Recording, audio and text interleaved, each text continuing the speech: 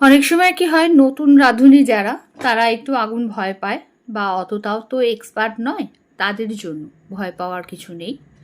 একটু সাহস থাকলেই এটাকে ম্যানেজ করা যায়। দেখুন, তেলের মধ্যে না মাছটায় নুন মাখাতে গিয়ে সামান্য একটু জল ছিটে গেছিলো, তাই তেলটা চড়বড় করে উঠেছে।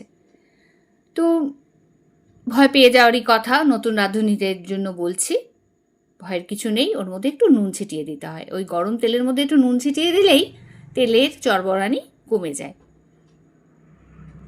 সাথে সাথেই মাছটা আমি নুন হলুদ মাখিয়ে ছেড়ে দিয়েছি। দেখেই বুঝতে পারছেন এটা ছোট ছোট মোরলা মাছ। প্রত্যেকটা মাছের কানসা আর পেট পরিষ্কার করে নিয়েছি। নুন হলুদ মাখিয়ে মাছটা ভেজে নিলাম। ওখানে কাঁচা লঙ্কা আর সর্ষে পেস্ট করে নিয়েছি।